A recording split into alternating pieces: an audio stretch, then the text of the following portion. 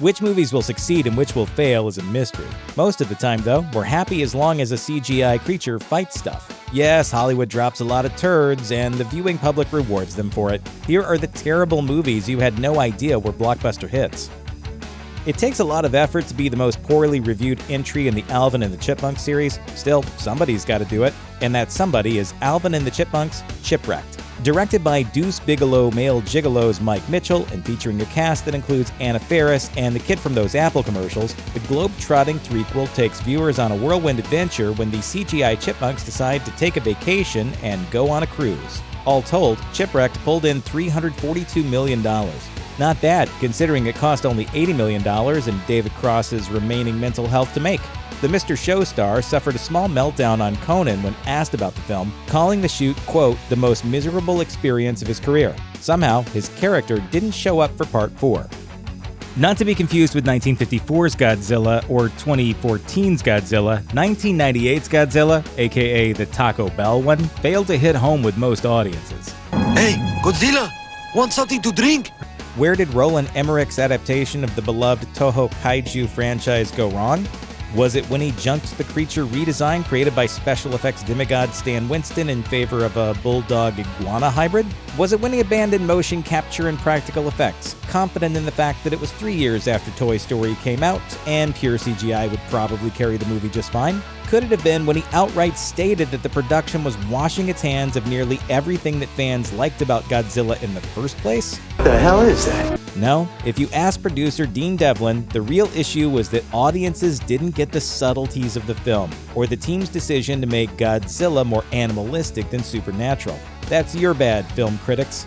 Flying in the face of overwhelmingly negative reviews, Godzilla made $379 million when it was released in theaters. Meanwhile, back in Japan, the Americanized version of the beast was so reviled it was renamed Zilla and got good and thoroughly exploded by OG Godzilla in Godzilla Final Wars, taking the Sydney Opera House with it.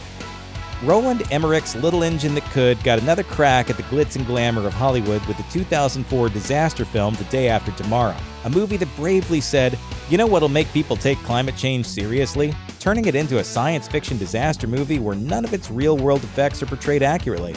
It was sort of like how Star Trek IV drummed up sympathy by saving the whales, only not fun. The Day After Tomorrow was based on the book The Coming Global Superstorm by Art Bell and Whitley Strieber of the paranormal and conspiracy theory-themed radio program Coast to Coast AM. And yes, it was heavy-handed. But your hands would be heavy too if they were carrying over $500 million. That makes it the most successful adaptation of a radio host's book ever produced. Probably. Roland Emmerich is back, not content with the massive piles of money Godzilla and The Day After Tomorrow made. As fate would have it, he was granted another turn at bat with 2012. So, here we go again. 2012 told the story of a series of plucky humans trying to outlast the apocalypse foretold by the Mayans, who somehow had a blind spot the size and shape of their civilization's unceremonious decline, but kept a solid bead on the end of days. Now mostly remembered as a reminder John Cusack hit his sell-by date right after America's Sweethearts, at the time it felt more like an Oliver Stone-esque catastrophizing of people's actual concerns about the end of days. Cape California is going down! It's been a busy decade, so you'll be forgiven if you don't remember how freaked out some members of the public got about the 2012 end-of-the-world predictions. It was brought up by talk show hosts, televangelists, and New Age religious leaders, nearly all of whom must have been around for Y2K and known better. So when the ad campaign for 2012 was played as a straight-faced warning of humanity's coming doom, it allegedly led to young people contemplating self-harm to avoid the event and a lecture from NASA on responsibility. The widespread rumors that there will be a catastrophe or even a doomsday on December 21st are wrong. This is simply a big hoax. All told, 2012 raked in $788 million worldwide, making it the 5th highest grossing film of the year, with Avatar taking most of the other 4 spots. You may remember Roland Emmerich from... Look, the guy tends to have one speed, and in 2008 he released 10,000 BC, one of the blessedly few movies about cavemen without Ringo Starr. Written, directed, and produced by Emmerich, 10,000 BC was all about a surprisingly well-waxed early human hunting prehistoric CGI animals in a region of the world we'll call the Uncanny Valley. When his lady friend, another exceptionally well-groomed cave type named Evelett, is captured by bad guys, he's forced to do action things. There's a prophecy involved. It's something you can really relate to if you, too, are a messianic prehistoric Homo sapien that found a package of Gillette razors. The movie cost just a bit over $100 million to make and wound up making nearly 3 times that amount back after DVD sales were factored in. And here's the extra bonkers part of the story. It spawned the name Evelett, which started popping up as a baby moniker that same year. That means that somewhere out there, there's a tween living blissfully unaware that she's named after a scantily clad cave woman from a movie that Richard Roeper once listed as being only slightly worse than The Love Guru. 2001's Planet of the Apes seemed like a solid bet at the time.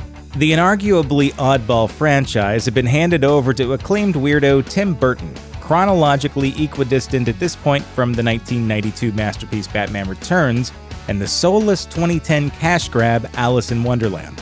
It could have gone either way, basically. What it turned out to be was rough.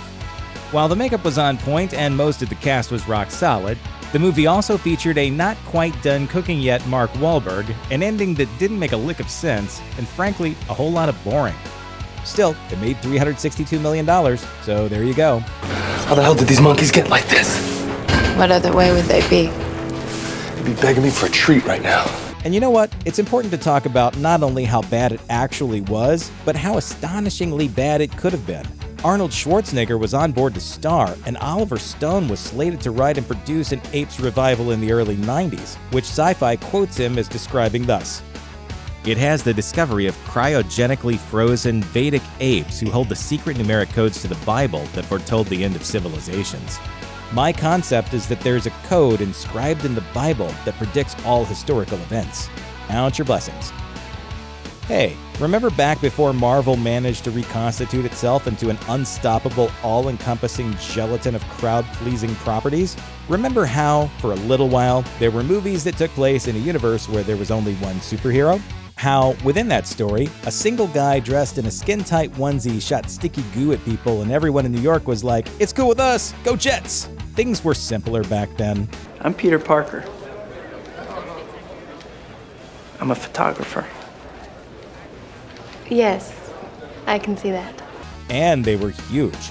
The Spider-Man movies were a cultural phenomenon that, arguably more than any other picture since Superman, validated superhero flicks as a viable money-printing machine. With Spider-Man 3 being the most blandly reviewed entry in the series, as well as the one that slaughtered the franchise, you might think that it was a commercial failure. Nope.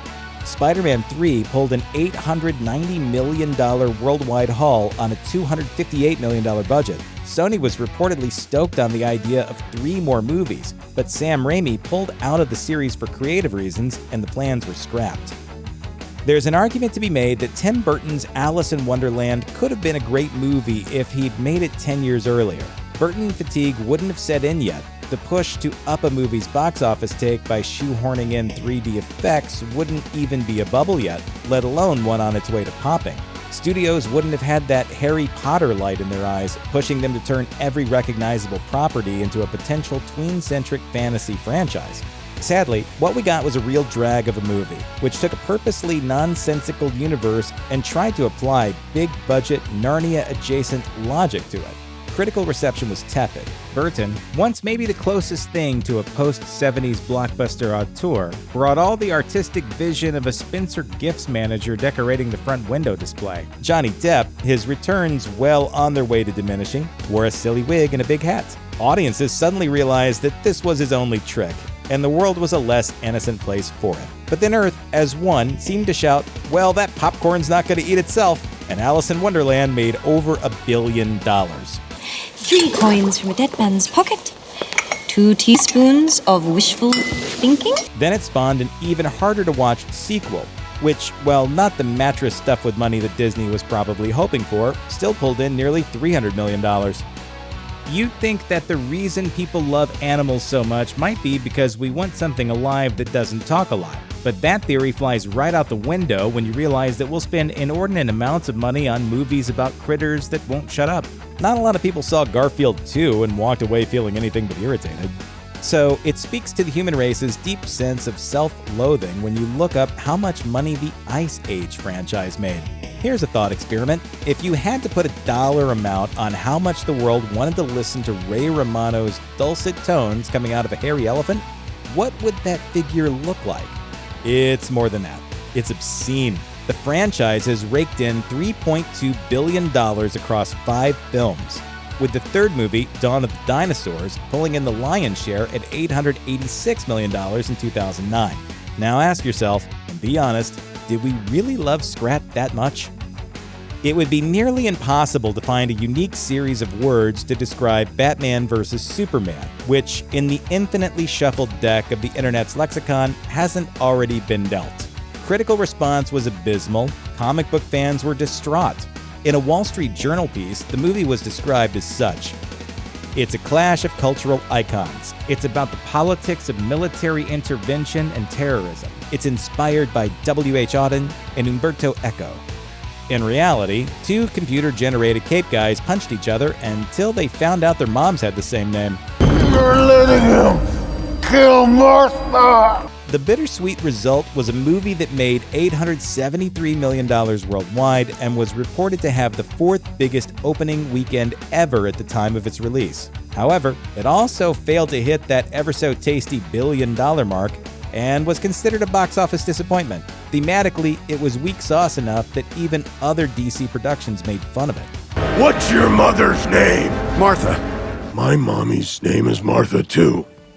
Maybe it seems rude to call Suicide Squad terrible. Some people probably really liked Suicide Squad. Some people probably liked scraping their knees on the pavement when they were kids. People are weird. At just under $750 million in ticket sales, David Ayer's opus might seem like relatively small potatoes compared to most widely released superhero pictures.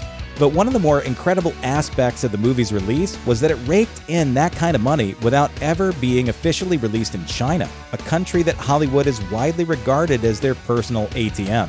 Forbes pointed out a Chinese release would have likely meant a box office take that would have dwarfed Deadpool and Guardians of the Galaxy. Still, $750 million is nothing to sneeze at. Check out one of our newest videos right here. Plus, even more grunge videos about your favorite movies are coming soon. Subscribe to our YouTube channel and hit the bell so you don't miss a single one.